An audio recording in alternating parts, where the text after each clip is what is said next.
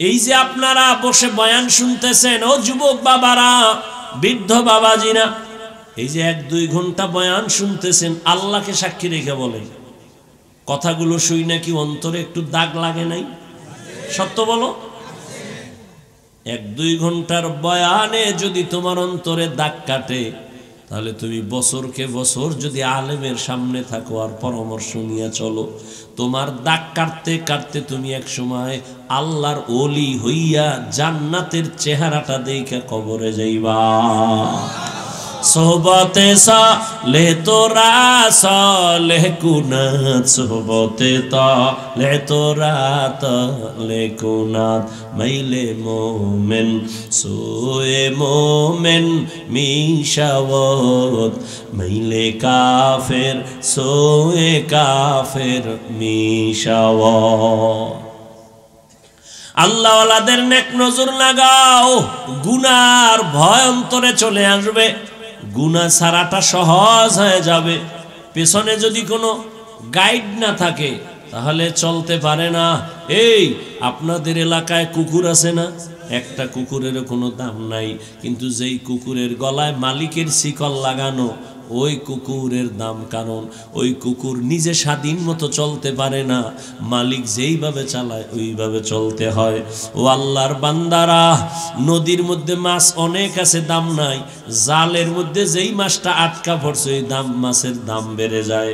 ও বাবা, জঙ্গলে হাজারো প্রাণী আছে, মূল্য নাই, চিড়িয়াখানার খাঁচায় যেই প্রাণীটা আটকায় গেছে ওটার মূল্যটা দেখতে টাকা লাগে। ও বাবা, ভালো করে বুঝো, মানুষের তো অভাব নাই, এ মানুষের দাম নাই। যেই মানুষটা কালেমার রশি গলায় লাগাইয়া আল্লাহর এক খাঁটি ওলির পরামর্শ নিয়ে চলবে, দিন দিন তার সম্মান শুধু বাড়তেই থাকবে। গুনাহ ছাড়বে, নেক করবে, মানুষের কাছে তার সম্মান বাড়বে। বলবে ছেলেটা স্কুলে পড়লে কি হবে? 5 ওয়াক্ত নামাজ পড়ে, সালাম সারা কথা কয় না, চোখ তুইলা কথা বলে না, বারবার নরম ভাষায় কথা বলে। আলেমরাও দোয়া করে, ইমাম সাহেব দোয়া করে, এলাকার মুরব্বীরাও দোয়া করে, ছেলেটা স্কুলে পড়লে কি হবে? ব্যবহার অনেক ভালো, কি ঠিক নেই? এটাই তোমার জন্য বড় দোয়া। আর তুমি যদি মুরব্বী দেখলে বিড়িটা আরো জোরে টানো, কি এরম বেয়াদব নাই? ওই আগুন যে মুখে লাগাইছো, ওই আগুনে তোর জীবন ধ্বংস করে ফেলবে রে বাবা। ও আমার কলিজার যুবক, এবার একটু বাস্তবে ফলাফলটা বের করি। আমরা নবীর আদর্শ মানার কারণে কত নিচে আছি বলো, তুমি নবীর আদর্শ না মানার কারণে কত উপরে উঠছো বলো। তুমি সার্টিফিকেট না থাকলে খাবা কি? চাকরি না থাকলে খাবা কি? টেনশন, মায়েরও টেনশন, বাবারও টেনশন। আমগো সার্টিফিকেট নাই, চাকরিও নাই, অথচ আমগো মতো ভালো কেউ খায় না, আরামেও কেউ ঘুমায় না। গোটা পৃথিবীর ইতিহাসের পৃষ্ঠায় স্বর্ণাক্ষরে গোটা রাষ্ট্রপতি, রাষ্ট্রনায়ক বাদশাহ হারুন রশিদ একদিকে রাষ্ট্র চালায়, অন্যদিকে বড় একজন আল্লাহর ওলি বুজুর্গ, তার স্ত্রী জুবায়েদা খাতুন কোরআনে হাফেজা। এই জুবায়েদা খাতুনের কাজের মহিলা 100। কয়শো? প্রত্যেকটা মহিলা কোরআনে হাফেজা। জুবায়েদা খাতুন কয়, আমি ভাগ কইরা দেই আমার ঘর থেকে যেন পুরা 24 ঘন্টা কোরআনের তেলাওয়াত শোনা যায়। এক মহিলারে কয়, এই তুমি 1 ঘন্টা তেলাওয়াত কইরা কাজে নামো। আর একজনের কয়ের পরে তুমি তেলাওয়াত করো, তুমি 1 ঘন্টা পরে আর একজনে করবে, তুমি এর পরে কাজে নামো, আর একজন আধা ঘন্টা তেলাওয়াত করে কাজে নামো। অর্থাৎ এইভাবে 24 ঘন্টা ডিউটি ভাগ করে দিছে, যেন আমার ঘর থেকে 24 ঘন্টা তেলাওয়াতের আওয়াজ শোনা যায়। এরে আম্মা জান, ঘরের মধ্যে আছেন আপনারা, ওই জুবায়েদা খাতুনের মতো দামি মা কিন্তু দামি হতে পারেন না কেন? দুনিয়ার বড় দুশমন ফেরাউন, ওই ফেরাউনের ঘরের স্ত্রীর নাম কি? ওই এত বড় বেঈমানের ঘরে থাইকা আসিয়া জান্নাতি হয়ে গেল।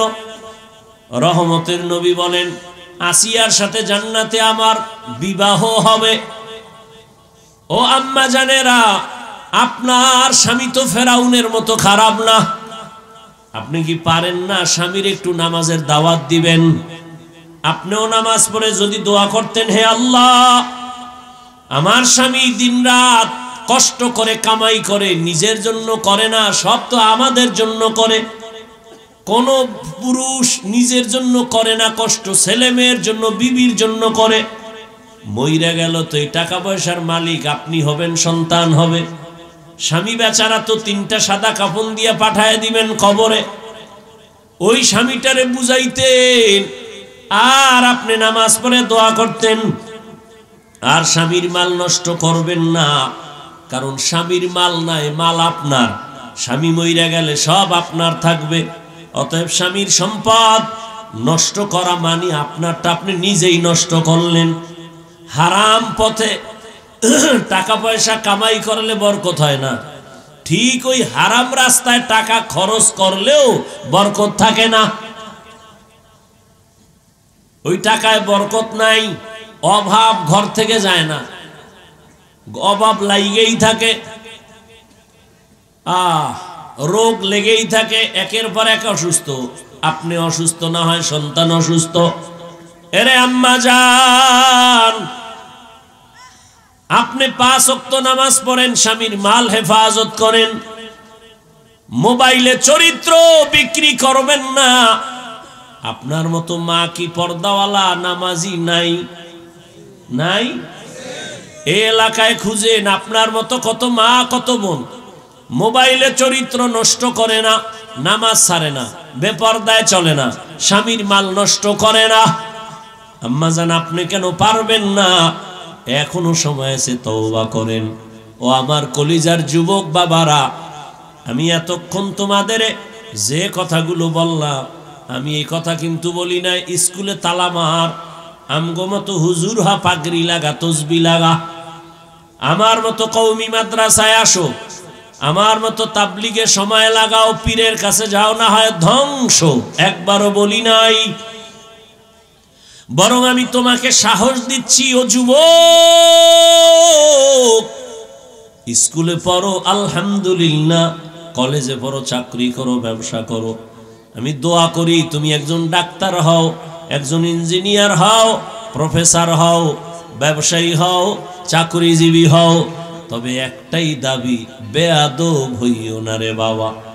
তোমার ব্যবহারে কোনোদিন যেন মা বাবা কষ্ট না পায়, তোমার আচরণে কখনোই যেন আলেম কষ্ট না পায়, তোমার আচরণে কখনো যেন তোমার শিক্ষক কষ্ট না পায়। কারণ লেখাপড়া যতই করো, মা বাবার দোয়া ছাড়া আগাইতে পারবা না। শিক্ষকের দোয়া না থাকলে জীবন সফল হবে না, আলেমের দোয়া না থাকলে আগাইতে পারবা না রে বাবা।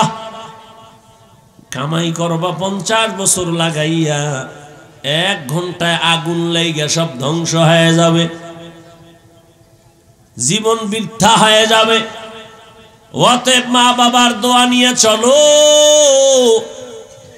শিক্ষকের দোয়া নাও, উলামায়ে কেরামের দোয়া নাও। তাদের বরদোয়া নিলে কপাল পুড়ে যাবে। বরদোয়া নিয়ে ডাক্তার হইল তাসনিমার মতো জুতা খাইয়া পালানো লাগবে। অতএব বেয়াদবি কইরা ডাক্তার হইয়া কোনো লাভ নাই। আদর্শবান ডাক্তার হও, আদর্শবান ইঞ্জিনিয়ার হও, আদর্শবান প্রফেসর হও। জবানকে কন্ট্রোল করো। কেমনে করবা? কয় হাত কন্ট্রোল করা যায়, জবান কন্ট্রোলের কোনো মেডিসিন নাই। আল্লাহ কয় আমি মায়া কইরা তোর একটা মেডিসিন দেই, এইটা দিয়া কন্ট্রোল কর। দুনিয়ার মেডিসিন দিয়া পারবি না, আমি একটা মেডিসিন দিলাম, ওই মেডিসিন দিয়া জবানটারে কন্ট্রোল কর। ওই মেডিসিনটা ব্যবহার কর, জবান কন্ট্রোল হয়ে যাবে। বলে কি মেডিসিন? আল্লাহ বলেন আমার দেওয়া মেডিসিনের নাম হলো তাকওয়া।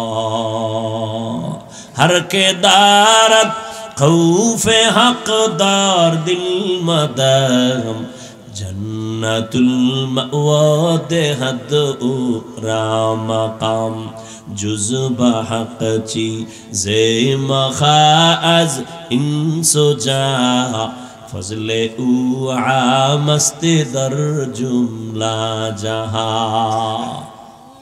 কষ্ট হইতেছে আপনাদের, রাগ করছেন অনেক। এরকম বাংলা ওয়াজ, এটা ওয়াজ না, ওয়াশ ওয়াশ আই ওয়াশ। হ্যাঁ, কেন করছি? আপনার সাথে আমার বহুদিনের দ্বন্দ্ব আছে না? ও আমার কলিজার যুবক, তোমার মতো যুবক কি স্কুলে পড়ে, কলেজে পড়ে, নামাজ পড়ে কি নাই? তোমার জন্য অশেষ। বাসায় যাইয়া দরজা জানালা বন্ধ করে বাতিটা নিভাইয়ে দিবি, কেউ যেন টের না পায়। এবার নিজের পায়ের জুতাটা খুলে কপালে মারবি আর বলবি তোর কপালে এত গজব কেন? তোর মতো যুবক জেনারেল লাইনে থাইকা যদি নামাজ পড়ে, র্যাব আর্মি পুলিশ বিডিআরের চাকরি করে নামাজ পড়ে, ওসি ডিসি এসপি নামাজ পড়ে, ডাক্তার প্রফেসর ইঞ্জিনিয়ার নামাজ পড়ে, তোর মতো যুবক মাদ্রাসায় পড়ে নাই, রাস্তায় গাড়ি চালায়, নামাজ ছাড়ে না, তুই কেন পারো না? তোর কপালে কার অভিশাপ লাগছে? নিজের জুতা দিয়া নিজের কপালে মার। দরজা জানালা বন্ধ করে। আর কোনো ওয়াজের দরকার নাই। হুজুর হইতে বলি নাই, স্কুল সাইরা দে বলি নাই, তাবলিগে যা বলি নাই, কওমি মাদ্রাসায় যাও বলি নাই, পীরের মুরিদ হও বলি নাই। তোমার লাইনে থাইকা আল্লাহর মোহাব্বত নবীর আদর্শ নিয়ে চলো। তোমার মতো যুবক রাস্তায় গাড়ি চালায়, নামাজ যদি পড়তে পারে, তোমার মতো যুবক ঢাকা বিশ্ববিদ্যালয়ে পড়ে, পাগড়িওয়ালা দাড়িওয়ালা যুবক নাই? তুমি কেন পারো না?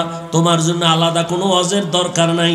এইটাই তুমি নিজের বিবেকের সাথে মশওয়ারা করো। তোমার মতো যুবক জেনারেল লাইনে থাইকা নদীর মধ্যে মাছ ধরে, নামাজ ছাড়ে না। ও বাবা, কৃষি কাজ করে, নামাজ ছাড়ে না। বলো তুমি কেন পারো না? এর থেকে আর আমার দ্বারে সহজ ওয়াজ আর নাই। আমি কি হুজুর হইতে বলছি? সহজ ওয়াজ তোমারটা দিয়ে তুমি বুঝো। তোমার মতো যুবকই তো জেনারেল লাইনে থেকে ব্যবসা করে, হালাল খায়, মিছা কথা কয় না। এরকম ব্যবসায়ী নাই? ও ব্যবসায়ী ভাই, তুমি কেন দোকানে সাইনবোর্ড লাগাইছো বিক্রি করা মাল ফেরত নেওয়া হয় না? তুমি তো আসলে একটা ধোঁকাবাজ। তুমি যদি নবীর মোহাব্বতে ব্যবসা করো, তুমি তো লেখবা অবশ্যই বিক্রি করা মাল ফেরত নেওয়া হয়। এটা লেখো যদি জান্নাত পাইতে চাও। কেউ যদি মাল ফেরত দেয়, টাকা দিয়া দাও। নবী কয় কষ্ট পাইস না, ওই মালটা দান করার সওয়াব পেয়ে যাবি। কাস্টমারের কোনোদিন মিথ্যা কথা বলবি না, কাস্টমারের সাথে ধোঁকা দিবি না, 5 ওয়াক্ত নামাজ পড়বি। যদি এমন ব্যবসায়ী তুই করতে পারো, আমি মুহাম্মদ ওয়াদা করলাম জান্নাতে আমার সাথেই তুমি থাকবা। তাহলে ব্যবসা কইরা জান্নাত পাওয়ার রাস্তা আছে, রাজনীতি কইরা জান্নাত পাওয়ার রাস্তা আছে, চাকরি কইরা জান্নাত পাওয়ার রাস্তা আছে। তুমি কেন পারো না রে বাবা? আর কি বললে তুমি ফিরবা? আল্লাহর ভয়, তাকওয়ার মেডিসিন লাগাও। এই তাকওয়া তো মায়ের গর্ভ থেকে নিয়ে কেউ আসেন, এটা অর্জন করা লাগে। কোথায় পাইবা তাকওয়া? আল্লাহর ভয়। বলে আল্লাহর বিশেষ বান্দা আছে, তাদের সাথে লাইন লাগাও। তাদের নেক নজর যখন লাগবে, অন্তরে তাকওয়ার পাওয়ার বাড়তে থাকবে। আল্লাহওয়ালাদের নেক নজর লাগাও, না হয় আল্লাহর ভয় আসবে না। নগদ প্রমাণ দেই। এই যে আপনারা বসে বয়ান শুনতেছেন, ও যুবক বাবারা, বৃদ্ধ বাবাজিরা, এই যে 1-2 ঘন্টা বয়ান শুনতেছেন, আল্লাহকে সাক্ষী রেখে বলেন, কথাগুলো শুই নাকি অন্তরে একটু দাগ লাগে নাই? সত্য বলো। 1-2 ঘন্টার বয়ানে যদি তোমার অন্তরে দাগ কাটে, তাহলে তুমি বছরকে বছর যদি আলেমের সামনে থাকো আর পরামর্শ নিয়ে চলো, তোমার দাগ কাটতে কাটতে তুমি এক সময় আল্লাহর ওলি হইয়া জান্নাতের চেহারাটা দেখে কবরে যাইবা। সোহবতে সালেহ তোরা সালেহ কুনাত, সোহবতে তালেহ তোরা তালেহ কুনাত। মাইলে মোমেন সোয়ে মোমেন মিশাওয়াত, মাইলে কাফের সোয়ে কাফের মিশাওয়াত। আল্লাহওয়ালাদের নেক নজর লাগাও, গুনার ভয় অন্তরে চলে আসবে, গুনাহ ছাড়াটা সহজ হয়ে যাবে। পেছনে যদি কোনো গাইড না থাকে তাহলে চলতে পারে না। এই আপনাদের এলাকায় কুকুর আছে না? একটা কুকুরের কোনো দাম নাই, কিন্তু যেই কুকুরের গলায় মালিকের শিকল লাগানো ওই কুকুরের দাম। কারণ ওই কুকুর নিজে স্বাধীন মতো চলতে পারে না, মালিক যেইভাবে চালায় ওইভাবে চলতে হয়। ও আল্লাহর বান্দারা, নদীর মধ্যে মাছ অনেক আছে, দাম নাই। জালের মধ্যে যেই মাছটা আটকা পড়ছে ওই দাম, মাছের দাম বেড়ে যায়। ও বাবা, জঙ্গলে হাজারো প্রাণী আছে, মূল্য নাই। চিড়িয়াখানার খাঁচায় যেই প্রাণীটা আটকায় গেছে ওটার মূল্যটা দেখতে টাকা লাগে। ও বাবা, ভালো করে বুঝো, মানুষের তো অভাব নাই, এ মানুষের দাম নাই। যেই মানুষটা কালেমার রশি গলায় লাগাইয়া আল্লাহর এক খাঁটি ওলির পরামর্শ নিয়ে চলবে, দিন দিন তার সম্মান শুধু বাড়তেই থাকবে। গুনাহ ছাড়বে, নেক করবে, মানুষের কাছে তার সম্মান বাড়বে। বলবে ছেলেটা স্কুলে পড়লে কি হবে? 5 ওয়াক্ত নামাজ পড়ে, সালাম ছাড়া কথা কয় না, চোখ তুইলা কথা বলে না, বারবার নরম ভাষায় কথা বলে। আলেমরাও দোয়া করে, ইমাম সাহেব দোয়া করে, এলাকার মুরব্বীরাও দোয়া করে, কয় ছেলেটা স্কুলে পড়লে কি হবে? ব্যবহার অনেক ভালো। কি ঠিক নেই? এটাই তোমার জন্য বড় দোয়া। আর তুমি যদি মুরব্বী দেখলে বিড়িটা আরো জোরে টানো, কি এরম বেয়াদব নাই? ওই আগুন যে মুখে লাগাইছো, ওই আগুনে তোর জীবন ধ্বংস করে ফেলবে রে বাবা। ও আমার কলিজার যুবক, এবার একটু বাস্তবে ফলাফলটা বের করি। আমরা নবীর আদর্শ মানার কারণে কত নিচে আছি বলো? তুমি নবীর আদর্শ না মানার কারণে কত উপরে উঠছো বলো? তুমি সার্টিফিকেট না থাকলে খাবা কি? চাকরি না থাকলে খাবা কি? টেনশন, মায়েরও টেনশন, বাবারও টেনশন। আমগো সার্টিফিকেট নাই, চাকরিও নাই, অথচ আমগো মতো ভালো কেউ খায় না, আরামেও কেউ ঘুমায় না। আছে আমগো মতো শান্তিতে কেউ আছে? এটা বুঝাবার জন্য বলছি, অহংকার না। আপনিও যেন নবীর আদর্শ নিয়ে চলেন। ওলামায়ে কেরামের মতো শান্তিতে কেউ আছে বলেন? কেউ নাই। সম্মানেও নাই, ভিন্ন কোনো শান্তিতেও নাই। মাইয়া ভোলা নিয়ে আছে বাবায় কষ্টে, কোনো স্বামী আছে বউ নিয়ে কষ্টে, কোনো বউ আছে স্বামী নিয়ে একটা না একটা ভেজালে আছে।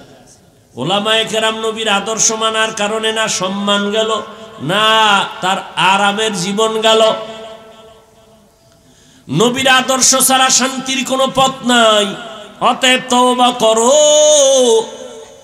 আর নামাজ ছাড়বা না, দাড়ি কাটবা না, বেপরদায় চলবা না, মা বাবার সাথে বেয়াদবি করবা না, শিক্ষকের সাথে বেয়াদবি করে বরদোয়া নিবা না, উলামায়ে কেরাম থেকে বরদোয়া নিবা না। আজ থেকেই তওবা করে নিবা। মনেরে বুঝাইয়া আল্লাহকে বলো, মনে মনে, আমারে শুনান লাগবে না, মনে মনে আল্লাহর কাছে বলো, মনে মনে তওবার নিয়তে, হে মালিক, জীবনে তো কম নামাজ সারি নাই, কম বেপরদায় চলি নাই, কম দাড়ি কাটি নাই। ও আল্লাহ, সব শেষে হিসাব মিলায়া দেখলাম তুমি যদি রিজিক না দাও কেউ আমারে দেবে না। তুমি তো সম্মানের মালিক, তুমি তো হায়াতের মালিক। আজকে থেকে তওবা করতে চাই, মরিয়া গেলে যাব আর দাড়ি কাটবো না, নামাজ ছাড়বো না, বেপরদায় চলবো না, মা বাবার সাথে বেয়াদবি করবো না, ওলামায়ে কেরামের দোয়া নিয়া, শিক্ষকের দোয়া পরামর্শ নিয়া নবীর তরিকা মেনে চলবো। অন্তর যদি তৈরি হয়, মুনাফিকি যদি না থাকে, খাঁটি তওবার নিয়ত যাদের আছে, দুটো হাত আমার আল্লাহকে দেখায় দাও। আয় আল্লাহ, হাতগুলো কবুল করে নেন।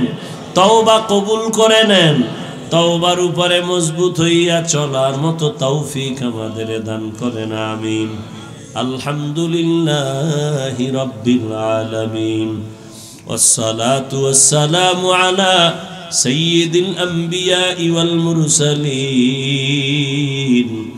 ওয়া আলা আলিহি ওয়া আসহাবিহি আজমাইন। ইয়া আরহামার রাহিমিন,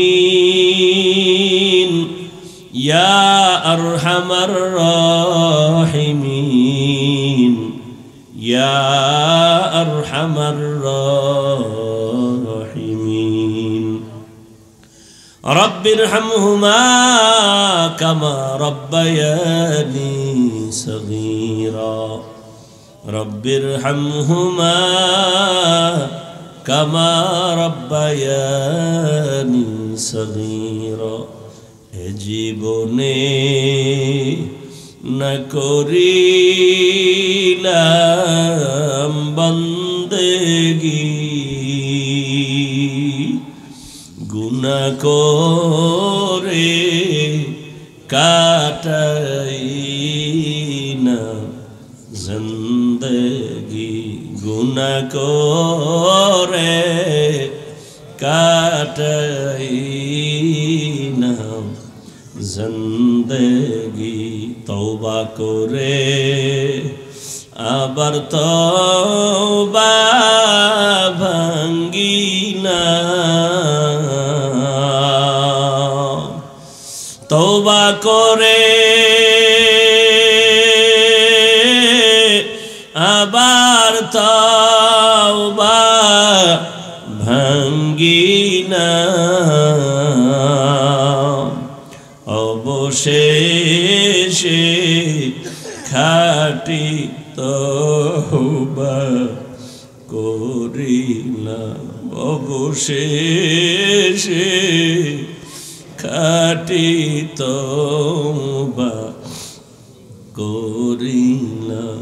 গুনাহ করেছি আর তো গুনাহ করব না, গুনাহ করেছি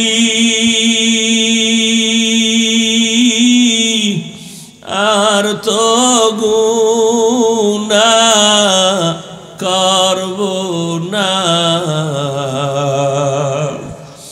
দয়া করে মাফ করে দে রব্বানা, দয়া করে মাফ করে দে রব্বানা। ও আল্লাহ, কুদরতের নজর দিয়ে দেখেন এই গভীর রাত মানুষের বাড়ির দরজাগুলো বন্ধ, আপনার রহমতের দরজা তো খোলা।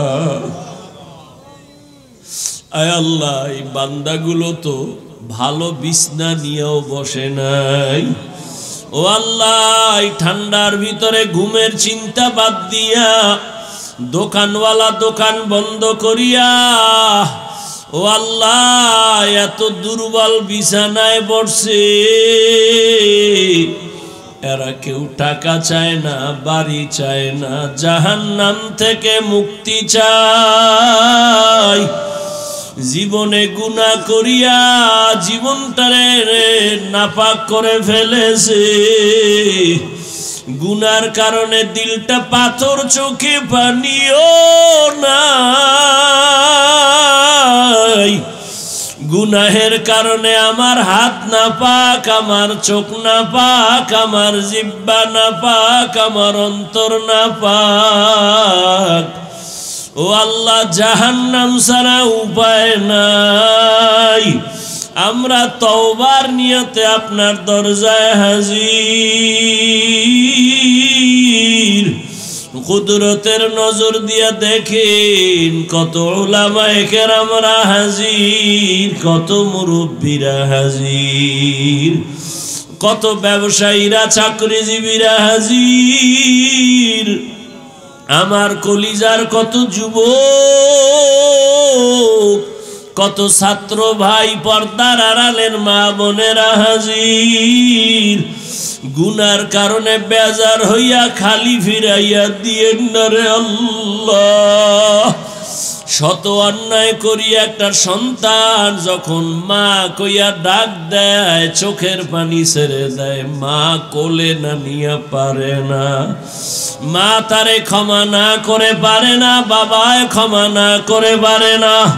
শত অন্যায় করে চোখের পানি ছাড়ি একটা ছাত্র যখন ডাক দিয়া বলে ওস্তাদ জি আমারে মাফ করে দেন, এমন কোন শিক্ষক নাই তারে ক্ষমা করে না। ও আল্লাহ, মা বাবা ওই শিক্ষকের থেকে আপনার মায়া কি কম? আমরা গুনাহ থেকে তওবা করে হাত তুলিছি, আর নামাজ ছাড়বো না রে মালিক, আর দাড়ি কাটবো না, আর বেপরদায় চলবো না, মা বাবার সাথে আর বেয়াদবি করবো না, আর কোনদিন আমার শিক্ষকের সাথে বেয়াদবি করবো না। ওলামায়ে কেরামের দোয়া নিয়া নবীর আদর্শ মেনে চলবো। ও আল্লাহ, আমাদের তওবা কবুল করে নেন।